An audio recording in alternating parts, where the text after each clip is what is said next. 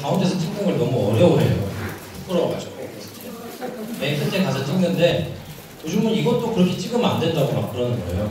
요즘은 단체 사진 이렇게 찍어야 된다는데 이렇게. 요즘은 어떻게 단체 사진 찍으셔야겠습니다. 그래가지고 엄마들 요즘 그 기술 하나 알려드릴게요. 이렇게 찍는다. 이렇게 하면 얼굴이 작아 보인대요. 네. 저 깜짝 놀랐어요. 다들 이렇게 찍는 거예요. 그래서 꽃받침을 하는 거 두 손으로 할 텐데 한 손으로 이렇게 하는 거예요. 아 그렇구나. 이런 걸 요새 인싸라고 한대요. 인싸. 예, 자 찍겠습니다. 자 찍겠습니다. 하나 둘 셋. 네, 엄마들 다 한 손 올리고 계시네요. 하나 둘 셋. 감사합니다. 네. 단체 사진 찍었습니다. 네. 자 다음은 이제 지긋지긋한 짜증난 수학, 인생에 도움이 하나도 안 되는 수학. 무슨 말이냐, 수학을 이렇게 무시하냐. 그런데 대학 때도 공대를 가든 이공계를 가든 수학을 안 해요. 그러니까 수학을 이제 하긴 하죠. 그런데 수학의 전체 요소 중에 몇 가지만 하는 거예요. 뭐 물리학과에서는 뭐 미분, 적분을 위주로 예를 들어 한다든가, 어떤 과에서는 이런 수학만 하지 뭐 집합, 도형, 함수, 부동식 이런 걸 다 쓰는 학과는 딱 한 과밖에 없어요. 무슨 과가 있을까요? 수학과도 아니에요. 수학과 가면 대수학, 뭐 소수학 이렇게 막 나눠주고 막 그래요. 딱 한 과만 수학을 처음부터까지 다 공부해요. 대학에 가면 수학교육학과. 애들한테 수학 가르쳐야 되니까. 인생에 거의 도움이 안 되는 게 수학 같아요. 수학의 인식을 수학적 사고를 기를 수 있지만 이렇게 입시 위주의 수학은 진짜 인생에 도움이 하나도 안 돼요. 그래서 수학에 대해서 너무 막 스트레스 받고 하는 건 진짜 안 되는데요. 그런 부분에 대한 해법을 좀 말씀드릴게요. 저희가 수학 공부법에서 가장 크게 저희가 충격을 받았어요. 공부가 어려워하는 수학을 힘들어하는 친구들에게 가장 효과적인 수학 공부법이 무엇일까? 라고 하는 그걸 알게 되고 개발하기가 진짜 힘들었어요. 왜냐면 이 공부법을 개발하고 있는 우리들도 다 공부를 다 제법 했던 사람들이잖아요. 그러니까 공부 못하는 친구들의 심정과 상황을 전혀 이해를 못하는 거예요. 진짜. 그래서 저희들이 오류를 많이 범했어요.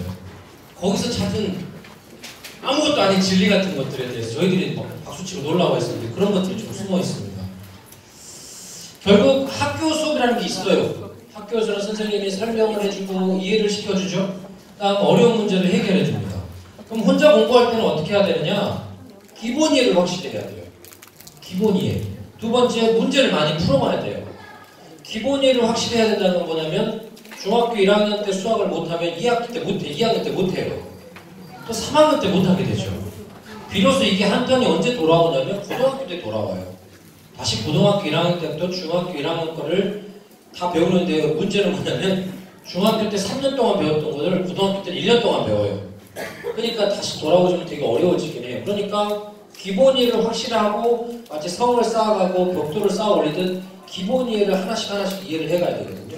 이거가 중간에 이제 포기하게 되니까 아무리 수업을 들어도 이해가 안 되니까 학생들이 진짜 수학 자체를 포기하게 되는 이게 이제 악순환이죠. 그러니까 혼자서 공부할 때는 기본 이해를 확실히 해야 돼요. 기본입니다, 기본. 이걸 어떻게 하냐 설명을 하겠습니다. 근데 수학 공부에 자기 스타일이 조금 있어요. 남자들이 수학을 좀 잘하는 편이고요. 여자들은 암기 과목이나 국어를 잘하는 편이죠. 근데 이제 이게 좌뇌, 우뇌의 스타일이 있어요. 과학적으로는 좌뇌, 우뇌는 없다고 합니다. 이 느낌 스타일은 여러분 느낌적인 느낌을 알 거예요. 그쵸? 네, 나는 과학이나 수학을 좋아하고 이런 것들. 그래서 공부법에 대해서 많은 수학 공부법에 대해서 저희들이 찾아봤더니 대부분 좌뇌 이렇게 이성적이고 논리적인 걸 좋아하는 친구들에게만 다 맞춰져 있어요. 공식을 증명하여라, 왜라는 질문을 던지고 네, 여기서 많은 문제도 풀어보고 수학적 추론하기 해라 이렇게 막 어려운 얘기를 많이 해요. 네. 뭐 이런 것들 얘기 있고 근데 괜찮죠. 문제는 뭐냐면 수학을 잘 못하는 머리 스타일이에요. 네, 영어나 국어를 좋아하고 암기 과목을 좋아하지만 과학이나 수학을 못하는 친구들. 문제라고 볼 수 있는 수학은 암기다라고 접근을 하는 거예요. 절대 학교 선생님이 수학 문제를 개발하지 않아요. 문제 은행의 형식이 있어가지고 이미 각 단원마다 문제의 형태는 다 정해져 있어요. 그러니까 제비뽑기 하듯이 이 문제를 딱 뽑아서 그냥 내는 걸 뿐이지. 그러니까 문제 유형이 정해져 있어요. 그러니까 수학을 암기다라고 생각해도 공부를 하는데 학교 수업을 풀기에는 문제가 없어요. 시험 문제는. 그리고 시험 문제를 중심해서 반복 학습하고 문제집을 한 것만 푸는 거예요. 자세히 설명을 해보겠습니다. 수학 공부의 기본인데요. 복습하는 법이에요. 네, 복습을 이제 학교 수업 듣고 그날 꼭 복습하라고 했잖아요. 그죠? 복습하는 법을 알려드릴게요. 당연히 학교 수업을 열심히 집중하고 다시 보기 수업 교과서에 했던 걸 필기를 본 다음에 문제지 참고서가 있는데 거기에 설명도 한번 쓱 보는 거예요. 그 다음에 당연히 문제지를 풀어야 되죠. 문제를 하나씩. 그렇죠? 여기서 핵심이 있어요. 저희들이 이거 발견하면서도 몇 년 걸렸습니다. 아무것도 아닌 것 같지만 풀이법이 생각 안 나면 어떻게 풀어야 되지? 라고 생각이 드는 순간 체크하고 패스해야 돼요. 고민할 만한 가치가 있는 학문이 아닙니다. 수학은. 그냥 체크하고 패스해야 돼요. 네. 왜냐면 끝까지 빨리 풀어야 되거든요. 여기 끝이 어디예요? 복습을 하는데 끝이 어디입니까? 어디까지 풀어야 돼요? 네? 그렇죠. 오늘 학교에서 배운 진도까지 일단 끝내야 돼요. 네. 그 다음에 다시 체크했던 문제를 보고 여기서도 생각이 안 되면 바로 모르면 해답을 바로 보면 돼요. 근데 이거 아무것도 아닌 것 같잖아요. 여기에 몇 가지의 어려운 점, 우리가 발견한 진리가 있냐면 이 부분이 하나 있어요. 보통 학생들이 복습을 하는데 한 문제에 5분, 10분씩 투자하고 하다 보니까 내가 정해진 시간이 별로 안 되는데 끝까지 복습을 해내지 못하는 거예요. 대부분 중간까지 풀다가 시간이 다 가버려요. 수학 공부를 해봤던 부모님도 잘 아시잖아요. 어려운 문제 이렇게 풀까 저렇게 문제 풀까 고민하면 무슨 타임머신 탄 것 같아요. 어느 순간 5분, 10분, 15분 막 지나가 있어요. 그렇죠? 그러다 보니까 끝까지 못 푸는 거예요. 그리고 한 단원당 여러 가지 문제 유형이 있는데 내가 약한 유형은 정해져 있어요. 어떤 문제 유형은 잘 풀고 어떤 문제 유형은 어려워해요. 그것만 가려주면 일단 되거든요. 이거를 처음부터 끝까지 계속 문제를 고민하고 풀다 보니까 끝까지 못 푸는 거예요, 학생들이.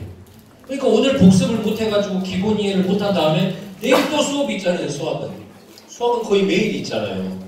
그러니까 복습을 못 끝내고 계속 쌓이기만 하는 겁니다. 그 다음에 여기 문제 하나 있죠. 체크했던 문제를 다시 보면 풀리는 경우가 있어요. 그런데 그때 모르면 해답을 봐야 되는데 우리 걱정하는 거 하나 있잖아요.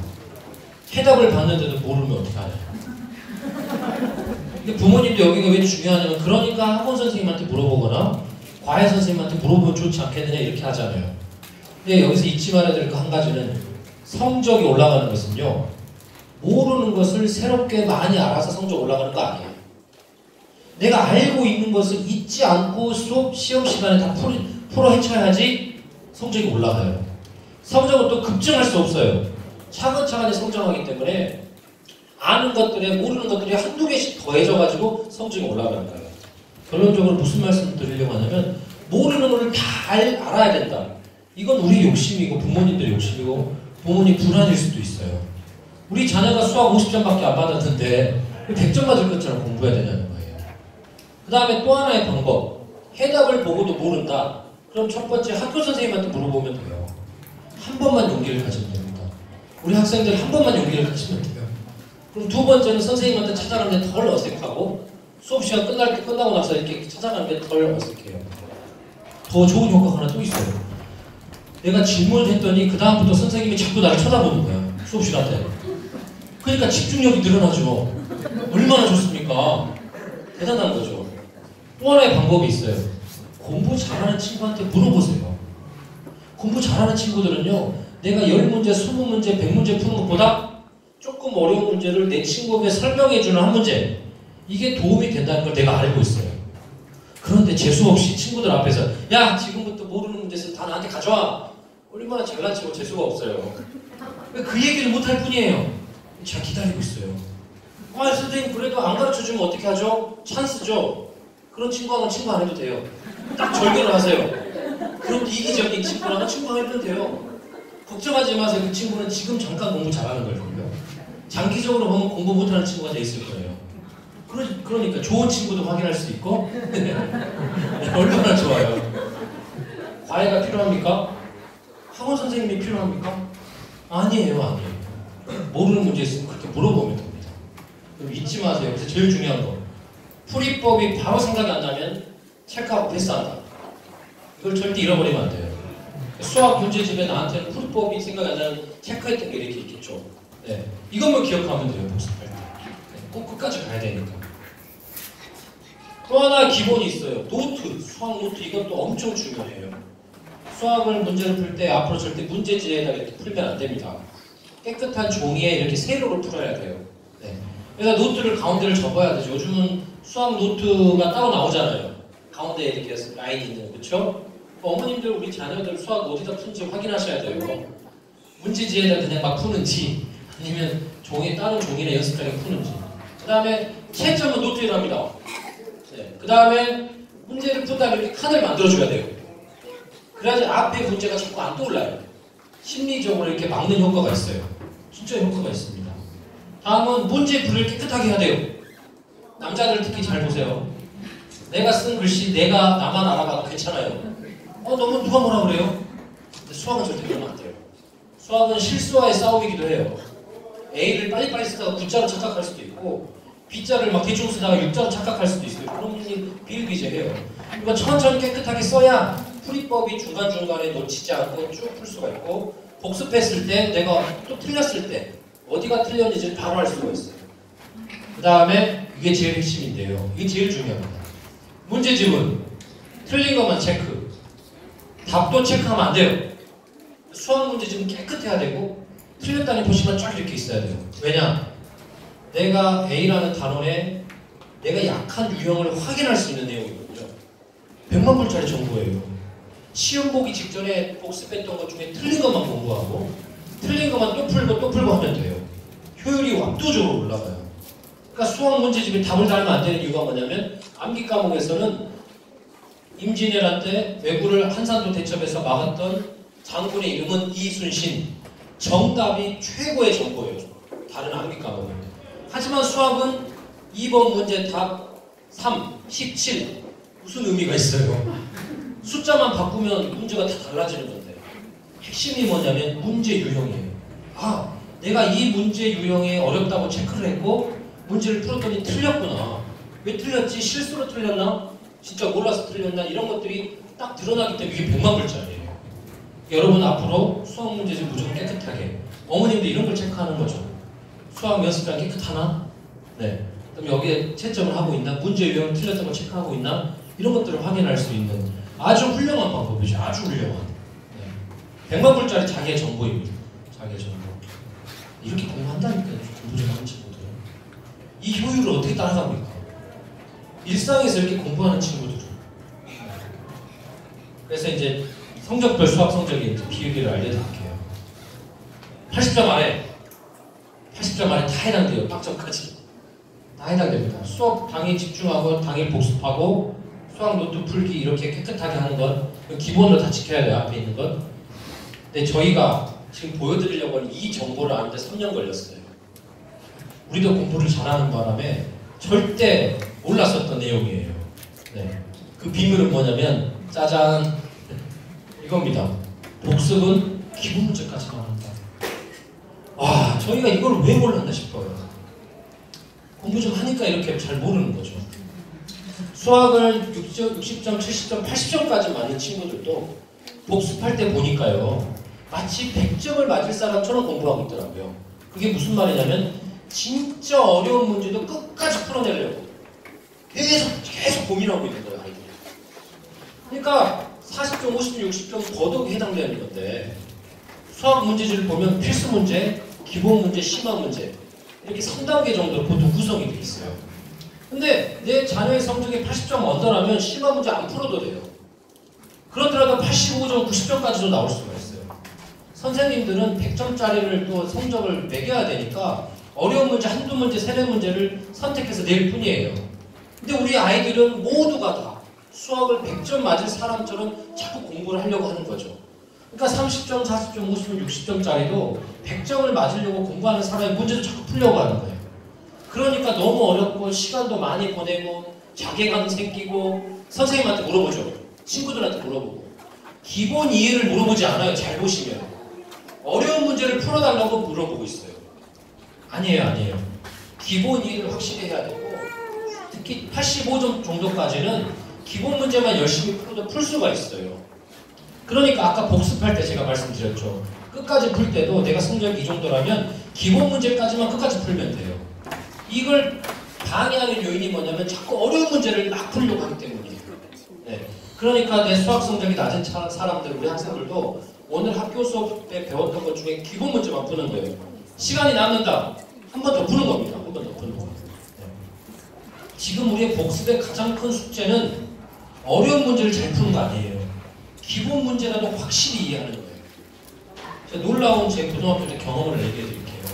우리 고등학교 선생님이 우리 수학 친구들한테 인기가 진짜 좋았는데, 공부 잘하는 친구들한테도 이 선생님은 수업을 어떻게 하냐면, 수학을 예습했던 친구들이 되게 많으니까 예습해서 버릇없는 친구들 꼭 가르쳐 준다고 도전을 한 10분 정도 한 다음에 수업을 진행하셨어요. 어떻게 도전하냐면, 여기다가 수학 문제집 칸을 칠판을 4개로 나눈 다음에 맨 오른쪽에다가 진짜 어려운 문제를 내요. 그래서 여기 공부 좀 한번 예습한 친구들 많지? 이 중에서 이거 문제 풀 수 있는 사람 손 들어보라 그래요. 그러면 이제 잘난 척하기 위해서 한 2~3명 정도 손을 들죠. 2명밖에 손을 안 들어요. 그러면요, 이 문제랑 연관이 있는 이거보다 조금 쉬운 문제를 여기다 내요. 그럼 이 문제 풀 줄 아는 사람 손 들어봐. 그러면 한 10명 정도 손을 들어요. 이제 10명 손 그대로 들고 있어. 그러면 다시 가장 어려웠던 이 문제 풀 수 있겠는 사람 손 들면 신기하게도 그 10명 중에서 한 6명 손을 들고 있어요. 네. 그러니까 이 쉬운 문제를 풀 줄 아니까 이 어려운 문제를 풀 수 있는 길을 알게 돼버린 거죠. 이렇게 4개 단계로 내려오면 한 절반 이상의 친구들이 저 어려운 문제를 풀게 되는 거예요. 어려운 문제는 그 어려운 문제 자체를 풀 줄 아는 걸로 해답이 나오는 게 아니라 기본이 탄탄하면 어려운 문제를 풀 수 있는 실마리가 생겨요. 우리한테 필요한 것은 무엇이냐면 어려운 문제를 자꾸 풀려고 스트레스 받고 시간을 낭비하지 말고 기본 문제라도 한 번 더 풀고 탄탄하게 한다는 거죠. 네. 이렇게 쌓고 올라가야 돼요.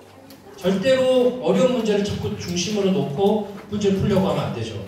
학원들이 이런 걸로 마케팅을 해요. 과외 선생님들이 이런 걸로 마케팅을 한다고. 부모님들의 불안감, 우리 학생들의 불안감도 여기에서 나와요. 수학 문제 중에 한 30%를 버려야 되잖아요, 문제지에. 괜찮아요. 왜 20점, 30점, 40점짜리가 100점을 맞을 것처럼 공부를 하냐고요. 그리고 문제지만 한 번만 푸는 겁니다. 왜? 내가 약한 문제 유형에 대해서 계속 파야 되니까. 문제 유형을 암기해야 되니까 내가 풀었던 문제를 또 풀게 되면 아, 이런 유형이 있었지라고 하는 암기가 계속 올라가요. 네. 이렇게 해서 80점 이하는 자꾸 공부를 하려고 하면 되겠습니다. 공부 잘하는 사람들은 아주 간단하죠. 문제집을 한 번 더 푸는 거예요. 네. 새롭게. 아주 간단합니다. 뭐 수학 공부 잘하는데 공부법 이거가 더 필요해요. 네. 저희가 추천하는 회사입니다. 이거 표지는 디자인이 많이 좀 바뀌었더라고요. 수학도 성적별로 이렇게 문제집을 따로 사야 돼요. 여기 중위권 학생들한테서 삼천제라고 하는, 그죠? 기본 문제가 많은 수학 문제집이에요. 저희가 학습 수련 같은 걸 하고 있거든요. 그럼 수학 공부를 진짜 못하는 친구 갑자기 여기 있는 고단수를 사오는 거예요. 고단수.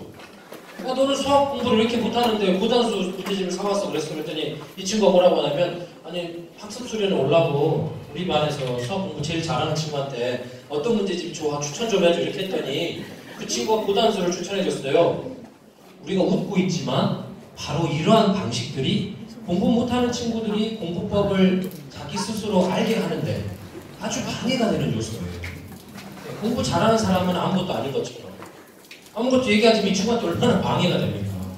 아주 단순한 문제를 많이 풀어야 합니다. 그런 경우가 진짜 많았어요. 또 고등학생들은 이렇게 구성이 되더라고요. 네, 쉬운 문제는 어려운 회사가 그래요. 회사가 상위권 문제를 많이 내고 쉬운 문제를 많이 내고, 이거는 뭐냐면 단원별로 설명이 잘 돼 있는 거죠. 학교 수업만으로도 부족하니까 한 번 더 자세한 설명이 잘 돼 있는 문제들이 이런 것들입니다. 근데 걱정이 하나 있어요. 아, 중3인데 고등학교 1학년인데 아직도 수학 성적 20점, 30점, 40점입니다. 어떻게 할까요? 네. 포기할까요? 포기해도 돼요. 고등학교, 대학교 입시에 수학이 안 하는 과도 있어요. 수학을 공부하면 여러분들의 선택의 폭은 더 넓어지긴 합니다. 수학을 잘 올릴 수 있어요. 아까 말씀드렸던 것처럼 80% 친구들이 수학을 포기하고 있다니까요. 수학을 포기 안 하는 방법 이겁니다. 기탄 수학이나 기저귀 연산, 요즘에 그런 책도 있어요. 기저귀 연산. 이게 뭐냐면 내가 고등학생이지만 과감하게 기적의 연산이나 기탄 수학 같은 거 사서 1차 함수, 2차 함수, 단순 계산, 분수 이런 단순 계산을 막 하는 문제집이거든요. 그런 것들 막 내가 수학 복습하기 전에 10분에서 20분 정도 막 혼자 공부한 다음에 오늘 학교 배웠던 걸 복습하세요. 이런 것들이 계속 쌓이면 자기도 모르게 수학에 대한 감각이 생기고 성적이 올라가게 됩니다. 네. 그러니까 이 기탄 수학이나 기적의 연산 이걸 찾아보시면 될 거고요.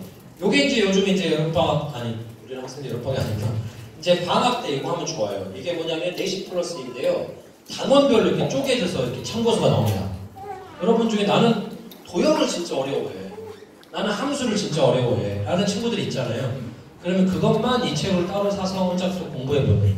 기본 문제만 푸는 거예요, 기본 문제만. 그래서 저희들이 방학에 이제 학습 수련을 하거든요. 아침에 교회에 와서 저녁에 집에 가요. 여러분 인터넷에서 자기주도 학습 캠프라는 걸로 검색해보세요. 그럼 시중에 회사들이 자기주도 학습 캠프를 진짜 많이 해요. 하루 회비가 10만원에서 20만원이에요. 하루 회비가. 네, 그렇게 비싸요. 근데 저희들은 일주일 수련을 하잖아요. 그러면 일주일의 회비가 8만원, 7만원이에요. 그게 왜 가능하냐? 그런 수련들은 다 숙박비가 일단 많이 나오고 여기서 이제 잠을 자는 건 집에서 잠자고 와서 밥을 누가 해줘요? 엄마들이 밥 해주세요. 그러면 2,000원, 3,000원의 단가만으로 진짜 맛있게 해줘요. 수련이 끝나면 왜 밥이 제일 맛있었어요 하는지 모르겠어요. 집에서 어떻게 밥을 해주는지. 네. 그렇게 해서 단가를 이렇게 낮춰서도 얼마든지 우리가 이 프로그램을 하거든요. 그러면 그때 뭘 하냐면요. 수학을 할 때 복습을 하거든요. 전 학기 거. 문제집을 가져오게 해요. 문제집을 가져오게 해서 지난 학기에 배웠던 수학 진도에 기본하고 필수만 풀게 해요. 그냥 자율학습으로. 그러면 한 20시간 정도, 하루에 3시간 정도 해서 한 5일이나 6일 정도 하면 한 권을 다 풀어요.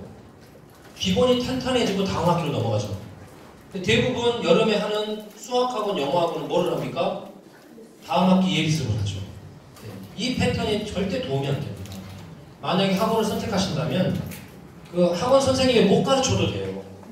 보습학원이라고 해서 선생님이 있고 여러 명 학생들이 이렇게 케어해주는 조그만 그런 학원들이 있어요. 그래서 그 선생님한테 내 자녀를 복습을 도와주세요라고 그냥 얘기해 주시는 게 차라리 좋습니다. 잘 가르쳐주는 선생님, 학교 선생님이 더 공부도 잘하니까 학교 선생님 하고 있는 거예요. 아, 그렇지 않아요? 그렇지 않아요.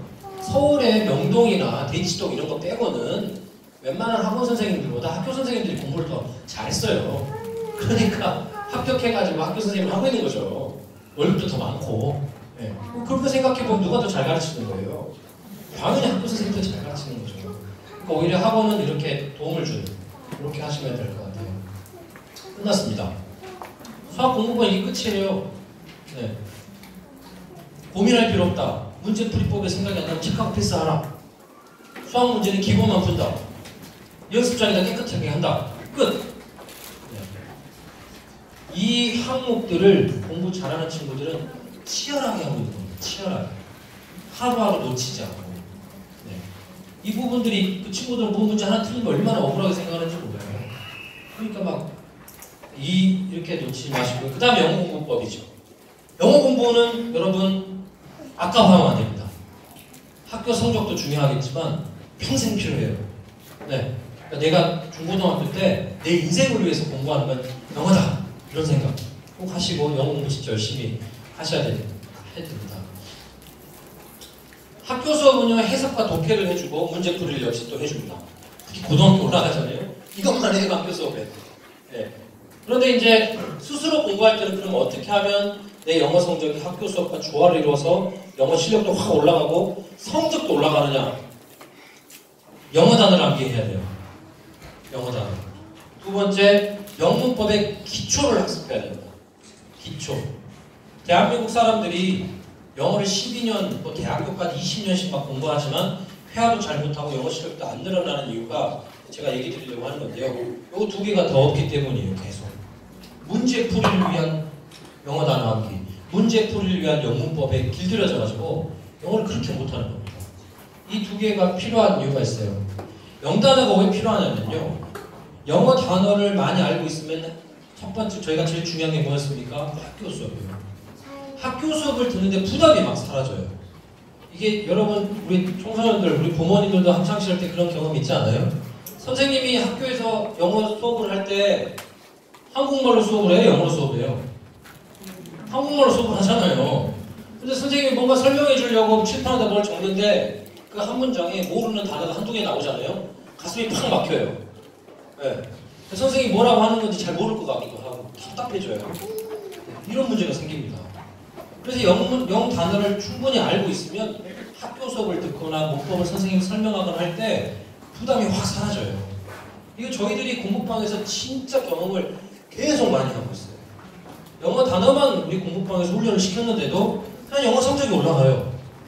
단어만 공부시켰는데 학교 수업에 대한 부담이 사라지니까 전반적인 부담이 사라지거든요.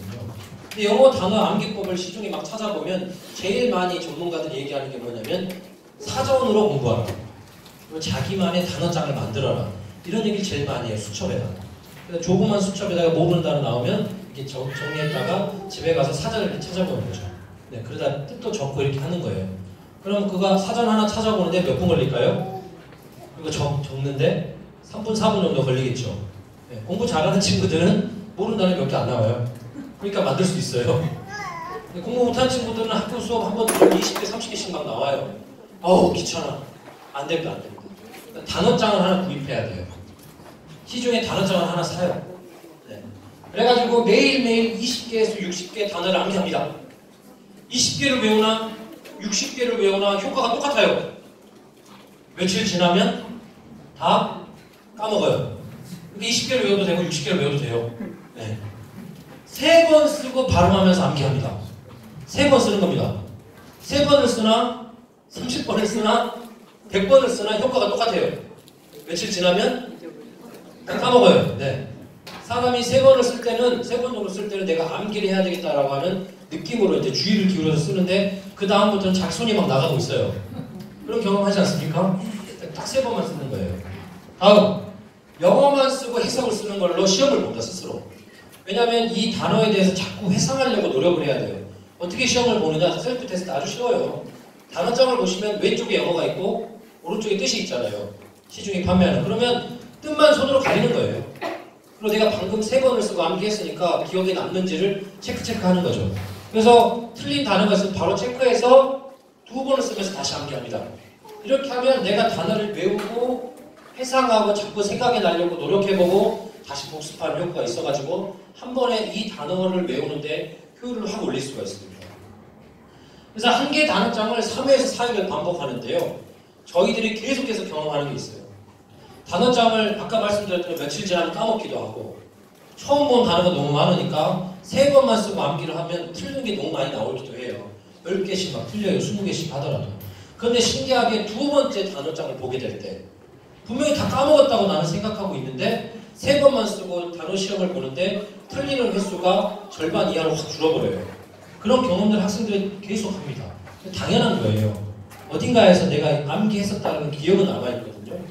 그래서 이렇게 하고 계속 100점을 맞게 되면 한 3번째쯤 보면 계속 100점 맞더라고요.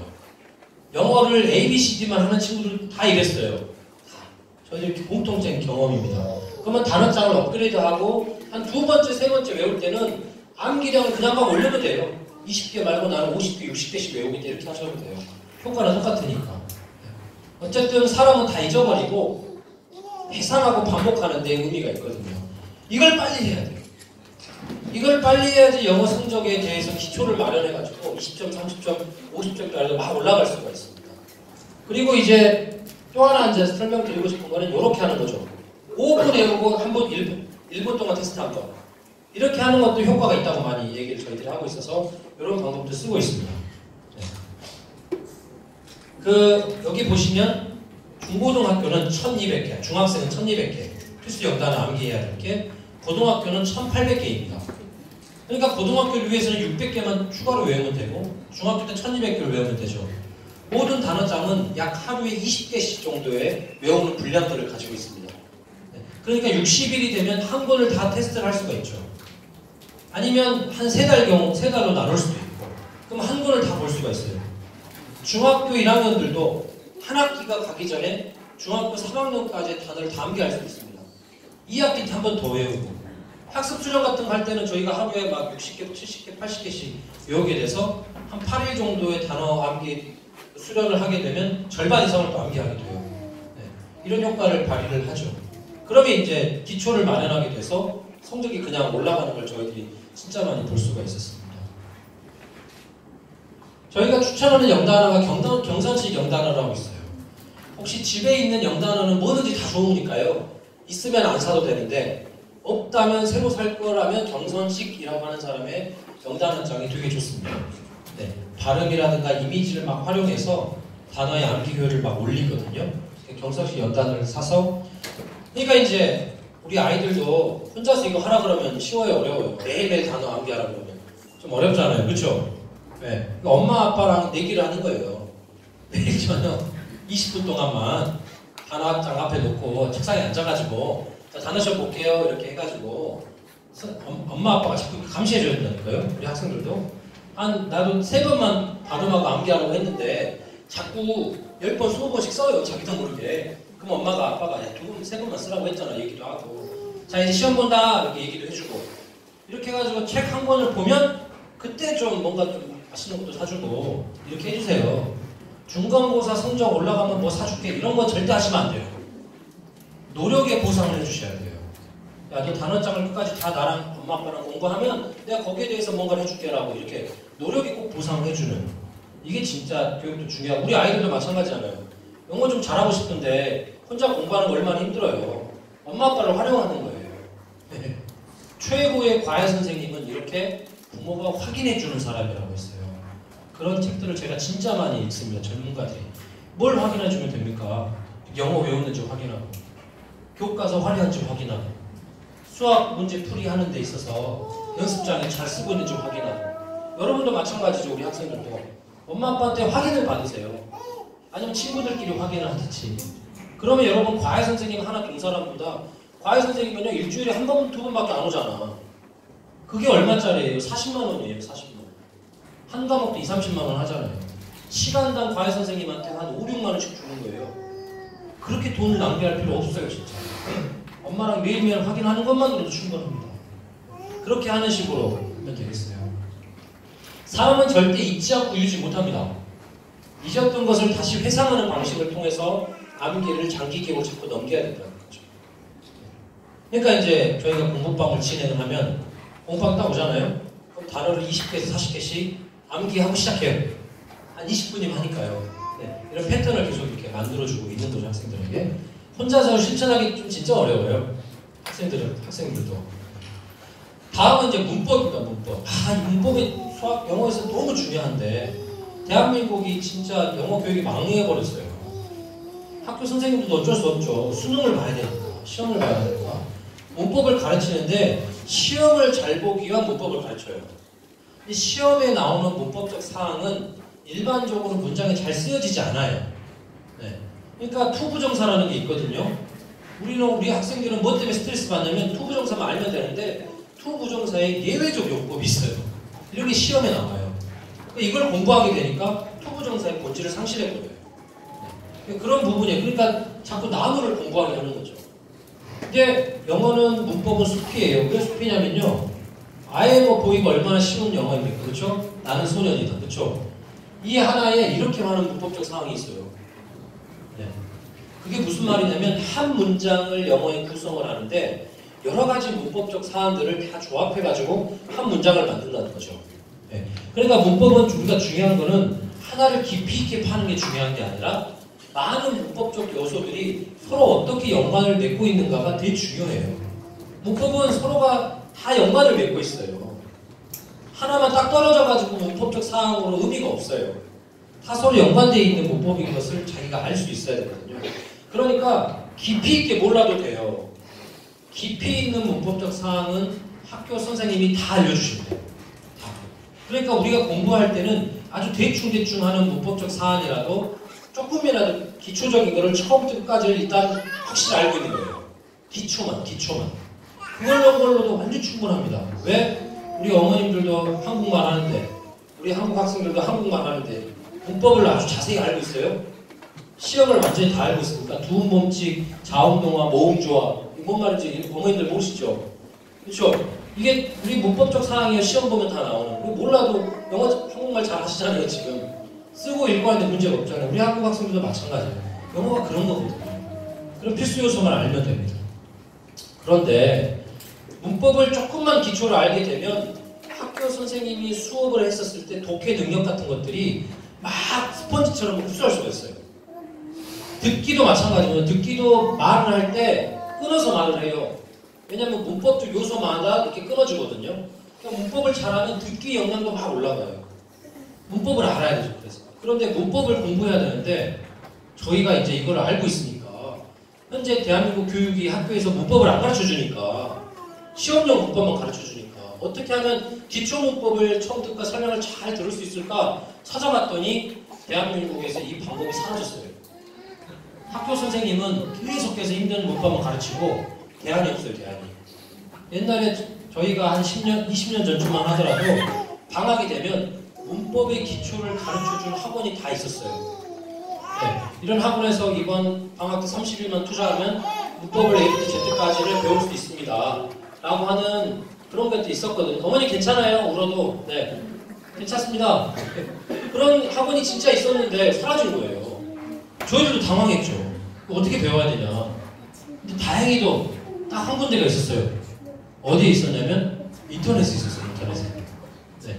인터넷 강의만 문법 교육이 남아있지 이제 학원은 사라진 거예요. 네. 그래서 이제 인터넷 강의로 우리 문법을 공부해야 되니까 너무 다행이었죠. 인터넷 강사는 강의를 얼마나 잘해요. 얼마나 잘하면 영상을 찍었겠어요. 연봉 몇 억씩 받고 막 그러거든요. 그래서 이제 인강으로 공부를 하는데 이제 이렇게 하는 거죠. 방법을 제가 생각해냈어요. 제일 쉬운 문법 인강만 보면 된다. 첫 번째. 그래서 하루에 한두 개씩 보거나 매주 3개에서 5개씩 본다. 이런 방법을 정하고 암기 사항이 나와도 패스. 어차피 수능을 보기 위해서 계속 선생님이 알려줘요. 어려운 부분이 나와도 패스한다. 네. 어차피 학교에서 가르쳐주니까. 단기간에 끝까지 봐가지고 앞에 이해했던 내용들로 뒤에 것들 영향을 다 주고 있으니까 이걸 잊지 않는다. 꼭 1개월 안에 마무리해야 한다. 네. 잊어버리면 안 되니까 앞에 게. 다시 보기를 한 3회 정도를 보면 자기가 다 흡수해가지고 문법의 구조 같은 것들이 머리에 남아 있게 됩니다. 좀 어려우면 5번 보면 되니까. 인강이 수준이 한 3단계로 정도 보통 구성되어 있거든요. 그래서 인강을 업그레이드 한다. 이런 방법을 저희가 생각해냈죠. 저희들이 얼마나 좋아했는지 몰라요. 그래서 우리 학생들한테 그 인강을 보게 했어요. 그랬더니 다 자요. 인강을 끝까지 듣는 학생도 대한민국의 메가스터디라고 인터넷 사이트 중에 제일 유명한데요. 여기가 대기업입니다. 대기업 15%밖에 안 된대요.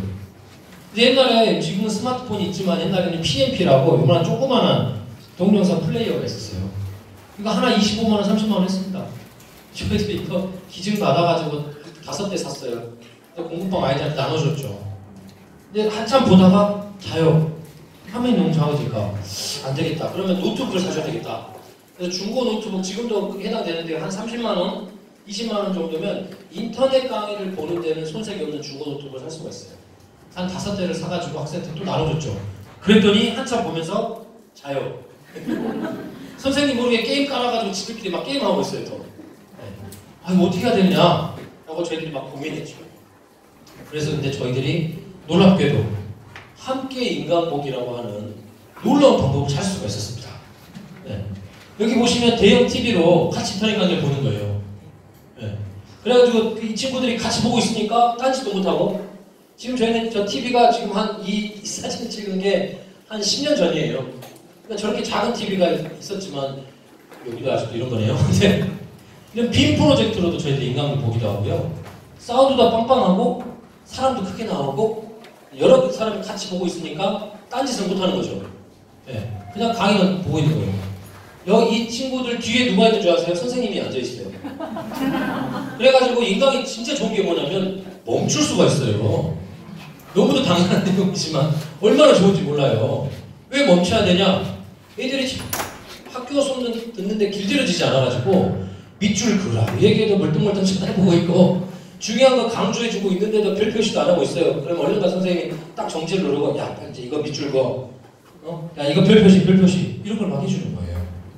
학교 수업을 듣는 훈련도 막 하고 있어요. 막. 네. 허리가 굽혀지잖아요. 허리뼈 이렇게 얘기하고 졸면 뒤에서 이제 안마해주고 이렇게 해서 문법을 처음부터 끝까지 했더니 문법을 강의를 너무 잘하니까 학생들이 금방 빠져들더라고요. 그리고 힘들었지만 처음부터 끝까지 다 들으면 자기 스스로도 뭔가 성취감도 있고 이런 것들을 저희들이 발견할 수 있어요. 너무 저희들이 획기적 발견이라고 하고 있습니다. 이 사람들의 강의를 듣기 위해서는 대치동이나 서울의 파라콘, 강남 이런 데는요. 최근에 신문 기사가 나오더라고요. 좋은 자리, 이걸 신청하기 위해서 엄마들이, 아빠들이 밤새워 줄을 섰대요. 이 선생님의 수업을 듣게 해주기 위해서. 서울은. 네. 근데 우리는 인터넷 강의를 이렇게 볼 수 있으니까 전주에 있지만 그런 강의를 들을 수 있는데 혼자서 들으면 못 들으니까 다 같이 이렇게 듣는 거죠. 네. 그런데 저희들이 강의를 찾아봤더니 이 아저씨 강남 인강에서 세상에서 가장 쉬운 영문법, 지금 EBS도 이분이 이런 강의를 찍어주셨어요. 무료로도 볼 수 있습니다. 이분이 20강짜리가 나오기 전까지는 가장 짧았던 강의가 40강이었어요. 60강짜리도 있고 심지어는 90강짜리도 있었어요. 한국에서 제일 유명한 인터넷 문법 강의가. 근데 이 선생님이 저희가 원하는 아주 쉬운 문법의 기초만 잘 설명하는 이 강의를 찍어주신 거죠. 아이들이 너무 만족도가 좋았어요. 하루에 하나, 두 개씩 보게 되면 10일이나 20일이면 다 볼 수 있겠죠. 한 번 또 보면 되고. 우리가 주말에 공부방을 할 때 보통 그렇게 많이 하는데 교회마다 주말에 다 모이면 하루에 2개에서 강의를 3개씩 봐요. 그러면 이제 한 달 정도면 이 강의를 한 번을 다 볼 수 있는 거죠. 그러면 다 이해도 안 되고 어려워하기도 하잖아요. 그러면 뭐 하냐면 다음에 또 봐요. 반복해서. 그때는 1.2배속으로 봐요. 한 번 봤으니까. 짧은 시간에 더 많이 보게 하는 거죠. 한 3번 정도를 보게 하면 이제 문법을 진짜 베이스를 끝낼 수가 있어요. 문법 베이스가 끝나잖아요. 그러면 영어 단어가 충실하고 문법 베이스가 끝나면 그 다음부터 영어는 학교 수업을 듣는 내내 나의 실력으로 계속 빠르게 흡수가 될 수 있습니다. 수업에 대한 집중력도 올라갈 수 있고. 네. 근데 이 20시간짜리는 고등학교 1학년 되거나 중학교 3학년짜리가 문법의 기초가 없을 경우에 만들었던 강의였어요. 근데 아예 초등학교 6학년이나 중학교 1학년요. 문법의 기초 자체가 제로인 학생들 위한 강의가 없어서 좀 안타까웠는데 10강짜리 또 찍어주셨어요. 이 아저씨가. 이 선생님이. 네. 그래서 EBS에서 이렇게 있으니까요. 무료로 교재만 사면 한 10,000원짜리 교재만 사면 이 강의를 이런 뭐 전주에 이런 좋은 공간에서 빅프로젝트나 TV 틀어가지고 하는 거죠. 학원을 한 달 다니는 효과예요. 문법 학원을. 서울에서는 이 문법 학원 하나 자체가 50만, 60만 원짜리거든요. 그런 것들을 다 같이 들을 수 있게 되는 효과가 있는 거죠. 이게 좋은 점이 뭐냐면 선생님이 공부를 잘할 필요가 없어요. 선생님이 내가 문법을 정말 잘할 필요가 없는 거죠.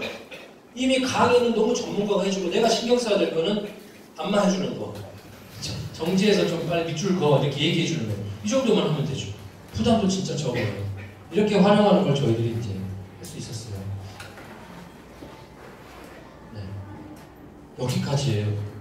영어에 대한 부담감을 여러분 말씀드렸던 것처럼 인생을 놓고도 영어가 너무 중요한데 지금 학창시절 때는 단어만 확실히 알고 두 번째 문법의 기초를 확실히 알고 그래서 공부방이 여기 시작이 된다면 아침에 돌아오자마자 영어 문법을 보고 네, 주말 같은 경우에 이제 영어 인강을 다 같이 보는 프로그램을 만들어서 진행을 하죠. 저희들이 막 이렇게 해요. 회비가 주말일에 인터넷 인강도 보고 한 2-3시간 정도 수학 자율학습해서 만약에 주말 공부방을 한다면 그 주에 공부했었던 걸 복습하게 하거든요. 그러면 한 5시간에서 6시간 정도를 교회에 나와서 공부를 해요. 그럼 회비를 한 5만 원 정도 받아요. 5만 원 정도면 함께하는 대학생들에게 아르바이트비도 주고 학생들 간식비까지 다 커버가 돼요. 네. 그렇게 해서 한 5만 원 정도면 되죠. 근데 학원을 한 2개 정도, 2과목 정도를 다니는 효과를 이렇게 만들어내거든요. 이런 방식으로 저희들이 현장 교회마다 많이 하고 있습니다. 평일에는 자율학습 중심으로 그날 배웠던 영어 수학 복습하고 그다음에 영어 단어 암기하는 이 패턴으로 공부를 하고 있고 이런 방식을 저희들 좀 취하고 있습니다. 이렇게 해서 영어 수학 공부가 끝났어요. 네. 복잡하고 영어 공부법에 대해서 시중이 얼마나 많아요. 네. 그러면서 다양한 패턴의 공부식에 대해서 진짜 많지만 지금 우리 학생들이 학창시절 때 첫 번째는 성적 그 자체를 올리기 위해서라도 이런 부분 정도만 간단하게 해줘도 충분하다는 거죠. 그 다음에 이제 저는 이제 여러분들과 함께 하려고 하는 것은 공부에 대한 동기부여 차원의 꿈에 대한 부분들입니다. 네. 그런 것들을 저희가 이제 주장하고 있는 거죠. 비전 꿈이 지금 없어도 된다. 네. 왜 그런 얘기를 하냐면 부모님들 질문을 제일 많이 해요. 내 자녀가 공부에 대해서 동기부여가 안 돼 있어가지고 네.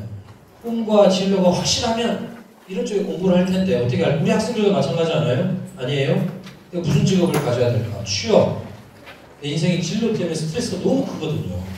네. 근데 저희는 과감하게 주장하지 없어도 돼요. 네. 무슨 얘기를 하려고 하는 것인가? 네. 그것을 4시에 하도록 하겠습니다. 네. 나머지는 한 20-30분이면 끝나니까요. 끝나고 간담회 좀 갖고 하겠습니다. 그럼 저 시계로 4시까지 같이 모여주셔서 이렇게 나머지 마무리하고 끝내도록 하겠습니다. 네. 좀 이렇게 일어나시기도 하시고요.